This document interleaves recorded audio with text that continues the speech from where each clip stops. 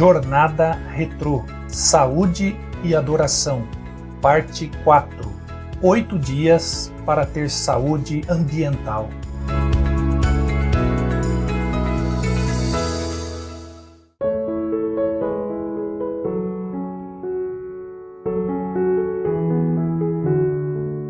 Dia 28. Ambiente doméstico saudável. Como identificar resíduos perigosos no lar? Existe uma longa lista de elementos utilizados cotidianamente em casa, cujos componentes podem provocar riscos ao meio ambiente e à saúde. Sua periculosidade reside na manipulação inadequada, armazenamento e acúmulo quando se encontram em desuso. Entre esses produtos destacam-se as pilhas, tintas de pinturas, lustramóveis, medicamentos e até a coleira contra pulgas do cãozinho de estimação. Acadêmicos da Escola de Engenharia em Construção da Universidade Católica de Valparaíso, no Chile, realizaram um estudo para identificar estes resíduos e projetar um plano de educação sobre o tema. Há 10 anos, um estudo na Europa detectou a presença de alguns resíduos, diluentes, restos de pinturas e medicamentos, etc., que, mesmo em pequenas quantidades, ao juntarem-se com outros, poderiam criar problemas no meio ambiente doméstico e interferir na saúde das pessoas. Outro propósito do estudo foi determinar o grau de conhecimento que as pessoas tinham sobre a periculosidade dos agentes contaminadores a que estavam expostos, comprovando-se que existia uma grande ignorância sobre o assunto. Como não podemos evitar a compra desses produtos, é muito importante que o façamos responsavelmente. Para definir o que seria um resíduo perigoso, os estudiosos recorreram às categorias usadas para descrever os resíduos industriais. São 5 as categorias: inflamabilidade, corrosibilidade, reatividade, toxicidade e explosividade. Um produto converte-se em resíduo quando não é mais usado ou quando não cumpre sua vida útil. Por exemplo, quando sobra a tinta da pintura de uma residência, o resíduo é transformado em lixo. Nesse caso, o perigo está nos pigmentos e agentes inflamáveis que contém e que facilmente podem desencadear incêndios.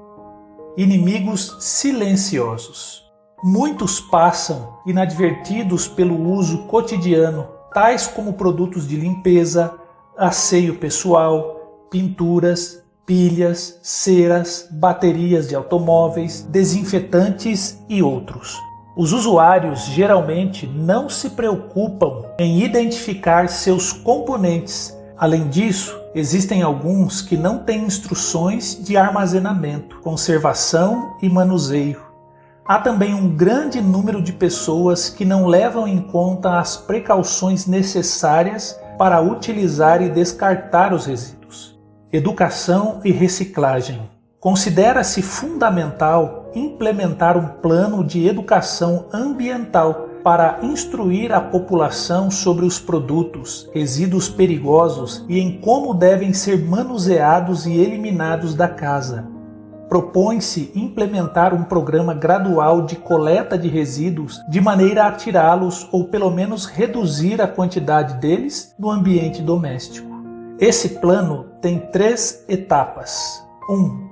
A primeira contempla uma estação de transferência no subúrbio das cidades que permita receber e armazenar detritos perigosos com uma área destinada à reciclagem dos resíduos de tinta e combustíveis. 2. Na segunda etapa, figuram supermercados e centros comerciais como pontos de coleta para a reciclagem. 3. A terceira etapa inclui um veículo especial para recolher os resíduos, o que deve ser desenvolvido concomitante com uma campanha de divulgação para obter a participação da comunidade. Qualidade da água potável. Para evitar as enfermidades transmissíveis, hoje as cidades têm grandes estações de tratamento da água que deverá ser servida à população. Tal medida realmente eliminou muitas doenças outrora preocupantes, mas trouxe um outro problema. Os agentes contaminadores derivados do cloro aplicados no processo de potabilização da água. Alguns efeitos sobre a saúde são distúrbios nas funções do fígado e dos rins, defeitos de nascimento e câncer, afirma David Dyack em Princípio de Saúde Ambiental, Universidade de Loma Linda, 12 de fevereiro de 2001. Segundo esse pesquisador, 97% da água disponível em nosso planeta está nos mares e 2% nas calotas polares. Disponíveis nos lagos, rios e subsolo, somente 1%. Tais dados são de grande relevância para que cuidemos muito bem da água em nosso lar, evitando desperdícios. Os estudos mostram ainda que se consome cerca de 100 litros de água diariamente para satisfazer todas as necessidades que requerem o uso deste líquido. Cada pessoa consome, em média, de 1 a 3 litros de água por dia, só para beber. Nos países pobres, 1,5 milhão de pessoas carecem de água limpa para beber. Os depósitos e lençóis subterrâneos de água passam por uma contaminação sem precedentes na história da humanidade. As fossas domésticas, os grandes depósitos de lixo urbano, os resíduos industriais e o uso indiscriminado de fertilizantes e pesticidas são as principais causas desta poluição. Diante do exposto, 2 cuidados devem ser tomados por você para ter um ambiente doméstico mais saudável. 1. Evitar o desperdício de água. 2. Promover a eliminação do excesso de cloro da água que você recebe em casa. A melhor maneira de remover o cloro da água é o uso de um filtro que ofereça essa facilidade. Tais equipamentos estão à venda nas casas de produtos domésticos e até nos supermercados. Eles são de vários tipos e preços. Cuidado! Seu primeiro critério de compra não deve ser o preço, e sim a capacidade de remover o cloro anunciada pelo fabricante. Depois, verifique se esse fabricante é uma empresa responsável, se lhe dará boa cobertura de assistência técnica e de reposição dos elementos filtrantes. Pode-se ver se tem algum selo de certificação ou creditação junto às entidades fiscalizadoras ou de controle de qualidade. Olhe o tempo de garantia dado pelo fabricante. Pronto, agora você está livre para ver o melhor preço. Poluição sonora. Muita gente não se preocupa com a poluição sonora. Esta, porém, vem se constituindo um dos maiores problemas ambientais dentro de casa. Com a modernização da vida, os aparelhos eletrônicos estão cada vez mais presentes e em maior número no lar. Cada um emite um ruído e tem um piloto aceso. A saúde do ser humano também depende do que ele ouve. Os sons suportáveis são medidos em decibéis. Quando a quantidade de decibéis é muito alta, experimentamos desconforto, irritabilidade e mudança de comportamento. Alguns pesquisadores afirmam, por exemplo, que o uso de fones de ouvido por um período muito longo pode causar demência. Em sua casa há muito ruído? Aparelhos como televisão, ventiladores, rádios e ar-condicionado estão aumentando os sons do ambiente? E como lhe chega a poluição sonora que vem da rua, se é que você mora em um lugar bem movimentado?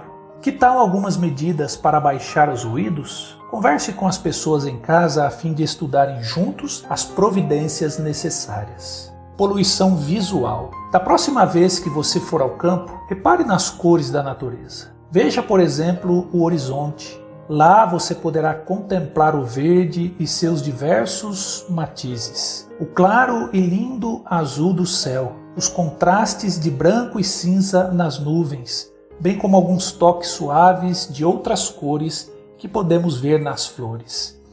Veja que nada agride os sentidos. Ao contrário, a natureza combina as cores de modo repousante. Agora pense no colorido das grandes cidades. Que diferença, não? Não há combinação de cores. Os luminosos em gás neon irritam a vista com a sua constante troca de cores. As cores artificiais são um tanto agressivas. E em casa, como está o visual? Que tal tomar algumas providências simples para mudar isso e tornar a casa mais agradável visualmente também? Minha reação diante do tema estudado. Descreva a seguir a sua reação às questões ambientais em seu lar. Cuide em dividir as providências em curto, médio e longo prazo.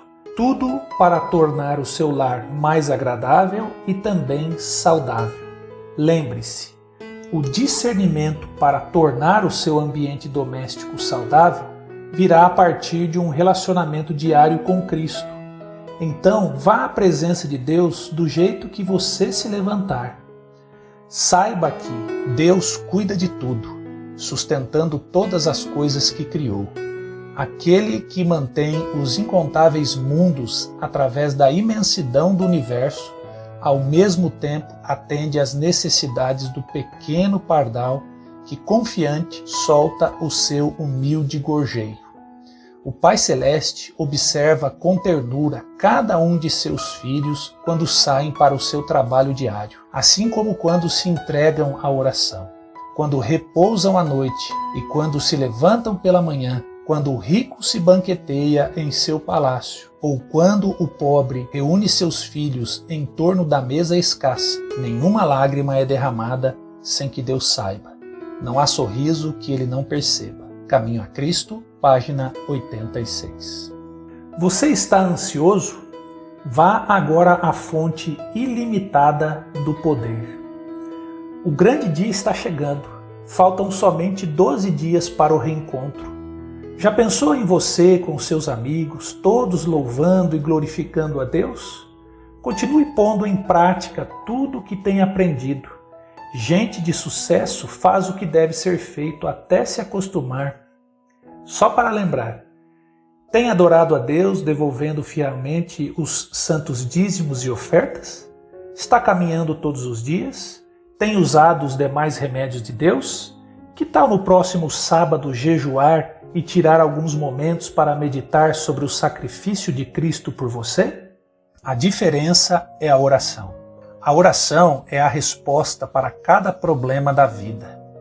Ela nos põe em sintonia com a sabedoria divina, a qual sabe como ajustar cada coisa perfeitamente. Às vezes, deixamos de orar em certas circunstâncias, porque ao nosso ver, a situação é sem esperança. Mas nada é impossível com Deus.